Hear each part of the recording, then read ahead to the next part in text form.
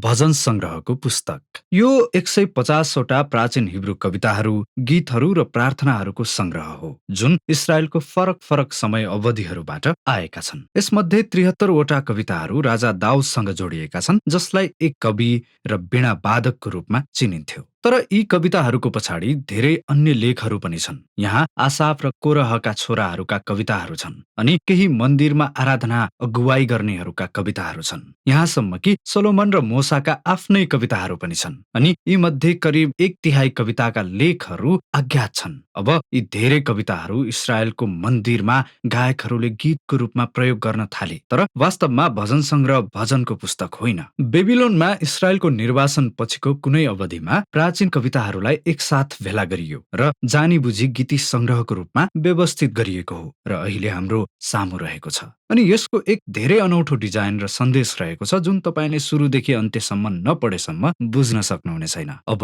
भजन संग्रहको पुस्तक कसरी डिजाइन गरिएको छ भनेर हेर्नको लागि यसको अन्तबाट सुरु गर्नु सबैभन्दा उपयोगी हुन्छ। यो पुस्तक इस्राएलका परमेश्वरको प्रशंसाका 5वटा कविताहरूबाट अन्त्य हुन्छ, र प्रत्येक कविता हल्लेलुया शब्दको साथ सुरु र अन्त हुँदछ, जुन हिब्रू भाषामा मानिसहरूको समूहलाई यहोवाको प्रशंसा गर भन्नको लागि आदेश दिइने शब्द हो, जुन यहोवा परमेश्वरको संक्षिप्त नाउँ हो। अब यो 5 भागमा व्यवस्थित गरिएको निकै असल देखिन्छ। यस्तो लाग्छ कि कसैले हामीलाई यहाँ पुस्तकको निष्कर्ष दिइरहेका छन्। त्यसो भए यसले एउटा प्रश्न निम्त्याउँछ कि पुस्तकमा जानीबुझी आन्तरिक डिजाइन गरिएको कुनै संकेतहरू छन् त? यदि तपाईले कविताहरूको शीर्षकहरूमा ध्यान दिनुभयो भने तपाईले देख्नुहुनेछ कि तपाईका बाइबल अनुवादकहरूले 5 ठाउँमा खण्ड 1, खण्ड 2, खण्ड 3, 4 र 5 शीर्षक दिएका छन्। यसले पुस्तकलाई 5 ठूला भागमा विभाजित गर्दछ। अब यसको कारण यो हो कि ती प्रत्येक खण्डहरूको अन्तिम पद धेरै समान छन्, जुन सम्पादकीय थप जस्तो देखिन्छ। यसमा यस्तो लेखिएको छ: परमप्रभु इस्राएलका परमेश्वरको प्रशंसा अनादिदेखि अनन्तसम्मै भइरहोस्। आमेन अनि आमेन। त्यसैले पुस्तकको एउटा निष्कर्ष छ। यो 5 मुख्य खण्डहरूमा व्यवस्थित गरिएको छ। त्यसैले अब पुस्तकको सुरुबाट हेर्नु नै स्वाभाविक हुन्छ, जहाँ पुस्तकको परिचय रहेको छ। अनि हामीले के फेला पार्दछौं? भजन 1 र 2, जुन खण्ड 1 को बाहिर रहेको छ, किनभने खण्ड 1 मा अधिकांश कविताहरू दाउदसँग जोडिएका छन्, तर भजन 1 र 2 भने अज्ञात छन्। भजन 1 को अनुसार त्यो मानिस धन्य हो जो तोरामा अर्थात् व्यवस्थामा मनन गर्छ, प्रार्थनापूर्वक यसलाई दिन रात पढ्दछ र त्यसको पालन गर्दछ। अब तोरा शब्दको सामान्य अर्थ शिक्षण हो भने विशेष अर्थ यो पुरानो करारका सुरुका मोसाका 5वटा पुस्तकहरूलाई जनाउँदछ। अनि यहाँ वास्तवमा यो शब्दको प्रयोग यी दुवै अर्थलाई ध्यानमा राखेर प्रयोग गरिएको छ। यसले हामीलाई यो पुस्तकमा किन 5 मुख्य खण्डहरू रहेका छन् भनेर पनि बताउँदछ। अब भजन संग्रहको पुस्तकलाई नयाँ तोराहको रूपमा प्रस्तुत गरिएको छ। जसरी पहिलो तोराहले परमेश्वरका मानिसहरूलाई आज्ञा पालन गर्न सिकायो भने यसले परमेश्वरका मानिसहरूलाई प्रार्थनाको आजीवन अभ्यास सिकाउनेछ। भजन 2 यो दोस्रो शमूएल 7 अध्यायमा रहेको राजा दाउदलाई दिइएको परमेश्वरको प्रतिज्ञाको कवितात्मक प्रतिबिम्ब हो कि एक दिन एक मसीही राजा आउनेछन् र संसारमा परमेश्वरको राज्य स्थापना गर्नेछन् र जातिहरू बीचको दुष्टता र विद्रोहलाई पराजित गर्नेछन्। अब भजन संग्रह 2 ले मसीहको राजामा शरण लिनेहरू सबै धन्य हुनेछन्। यो त्यही शब्द हो जुन भजन 1 को सुरुमा प्रयोग गरिएको थियो। अब यी दुवै कविताहरूले हामीलाई बताउँछन् कि भजनको पुस्तक परमेश्वरका मानिसहरूको प्रार्थना पुस्तकको रूपमा रहन डिजाइन गरिएको छ, कि जसै तिनीहरू तोराहका आज्ञाहरूप्रति वफादार हुँदै तिनीहरूले भविष्यको मसीह राज्यको लागि आशा र पर्खाइमा रहन्छन्। अब यी दुई विषयवस्तुहरूको परिचयपछि हामी यी दुई विचारहरूको वरिपरि ती खण्डहरू कसरी डिजाइन गरिएको छ भनेर हेर्न सुरु गर्न सक्छौं। उदाहरणका लागि खण्ड 1 को केन्द्रमा भजन 15 देखि 24 सम्म कविताहरूको संग्रह रहेको, जुन करारप्रतिको विश्वासयोग्य हुने आह्वानको साथ सुरु र अन्त हुँदछ। र त्यसपछि भजन 16 देखि 18 मा हामी यस प्रकारको विश्वासयोग्यताको नमुनाको रूपमा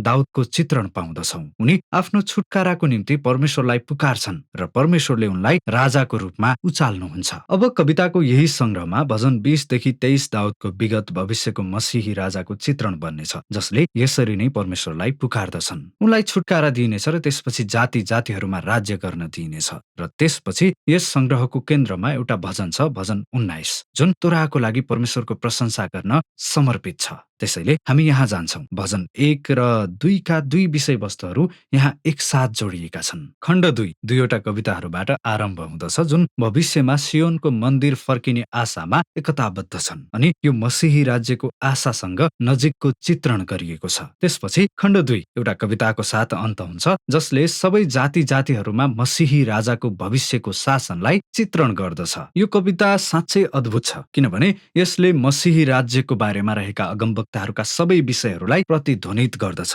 अनि यो खण्ड यो भनाइबाट अन्त हुन्छ कि यो राजाको शासनले सबै जाति जातिहरूमा परमेश्वरको आशिष ल्याउनेछ भनी अब्राहमसँग गरिएको प्राचीन प्रतिज्ञालाई पूरा गर्नेछ। खण्ड 3 ले पनि दाउदलाई गर्नुभएको परमेश्वरको प्रतिज्ञालाई प्रतिबिम्बित गर्ने कवितासँगै समाप्त हुँदछ, तर यस पटक इस्रायलको निर्वासनको घटनाको प्रकाशबाट। यहाँ कविले यो कुराको स्मरण गर्दछन् कि कसरी परमेश्वरले दाउदको वंशलाई कहिले त्याग्ने छैन भनी भन्नुभएको थियो, तर अब तिनले इस्रायलको विद्रोह र त्यसको परिणाम स्वरूपको विनाश र निर्वासन साथै दाउदको वंशको पतनलाई हेर्दछन्। यसैले कविले दाउदलाई गरेको प्रतिज्ञा कहिले नबिर्सिनुहोस् भनी परमेश्वरसँग बिन्ती गरेर समाप्त गर्दछन्। खण्ड 4 को डिजाइन निर्वासनको यो संकटलाई प्रतिक्रिया दिन गरिएको छ। यसका सुरुका कविताले मूसाको प्रार्थनाको साथ हामीलाई इस्रायलको मूलमा फर्काउँदछन् अनि तिनले यही गर्दछन् जुन सुनको बाछोको घटनापछि सिनाई पर्वतमा के गरिएको थियो तिनी परमेश्वरलाई कृपा देखाउनको लागि पुकार्दछन्। खण्ड 4 यस्तो कविताहरूको समूहले प्रभुत्व जमाएको छ जसले घोषणा गर्दछ कि परमप्रभु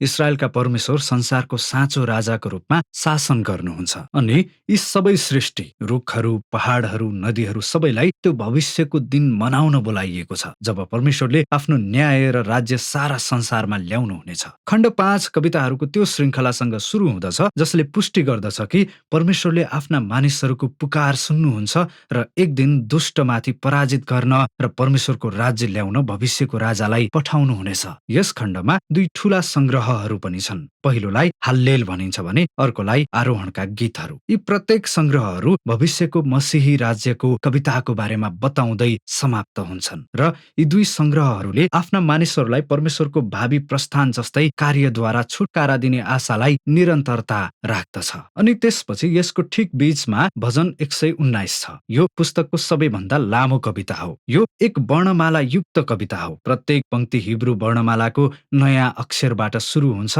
र यो परमेश्वरको मानिसहरूका निम्ति यसको वचनरूपी उपहार र यसको अद्भुतताको वर्णन गर्दछ। अब हामी यहाँ भजन 1 र 2 मा रहेको तोराह र मसीहको विषयहरूलाई खण्ड 5 मा यी सबै एकसाथ जोडेको पाउँदछौँ जसले हामीलाई 5 कविताको समापनमा फेरि फर्काइ ल्याउँदछ। कविताको केन्द्रमा भजन 148 छ। सबै सृष्टिलाई इस्रायलका परमेश्वरको प्रशंसा गर्न आह्वान गरिएको छ किनकि जसरी यसलाई उद्धृत गरिएको छ उहाँका मानिसहरूको लागि एउटा सिंह खडा गर्नुभयो। अब यहाँ सिंह विजयमा उठेको साँडेको सिंहको रूपक हो र यो रूपक त्यही चित्रणको प्रतिध्वनि हो जुन पहिलो शमूएल 2 अध्यायको हन्नाको गीतमा प्रयोग गरिएको थियो र पछि भजन 132 मा पनि। सिंह भविष्यको मसीही राजा र दुष्ट माथिको विजयको प्रतीक हो। यो अद्भुत पुस्तकको लागि उपयुक्त समापन हो। अब अर्को कुरा, यदि तपाईले यो पुस्तक क्रमबद्ध रूपमा पढ्नु भएन भने तपाईले एउटा कुरा छुटाउन सक्नुहुनेछ। भजन संग्रहको पुस्तकमा धेरै प्रकारका कविताहरू छन् तर ती सबै मूलत दुई ठूला समूहमा छन्, या त विलापका कविता या प्रशंसाका कविता। विलापका कविताहरूले पीडा,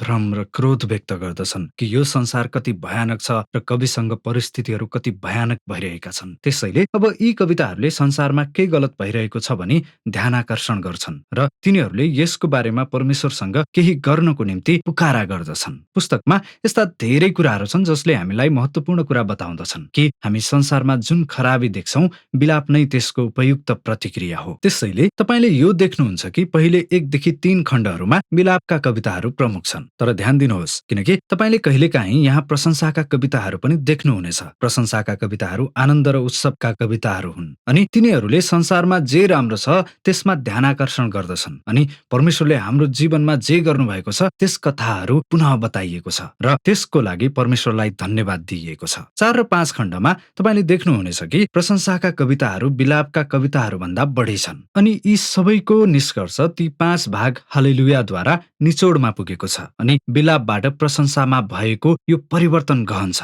अनि यसले हामीलाई प्रार्थनाको प्रकृतिबारे केही कुरा बताउँदछ किनकि हामी मसीही राज्यको लागि आशा गर्दछौँ। जसरी पुस्तकले हामीलाई सिकाउँदछ, यसले हाम्रो लागि तनाव सिर्जना गर्नेछ जब हामी हाम्रो संसार र हाम्रो जीवनको दुःखद अवस्थालाई हेर्दछौँ। त्यसैले भजन संग्रहले हामीलाई हाम्रो जीवनको पीडालाई बेवास्ता नगर्न सिकाउँदछ। साथै बाइबलीय विश्वास अग्रगामी छ, परमेश्वरको भविष्यको मसीही राज्यको प्रतिज्ञालाई हेर्दछ अनि त्यसैले तोराह र मसीह, विलाप र प्रशंसा, विश्वास र आशा भजन संग्रहको पुस्तकमा भएका विषयहरू यी नै हुन्।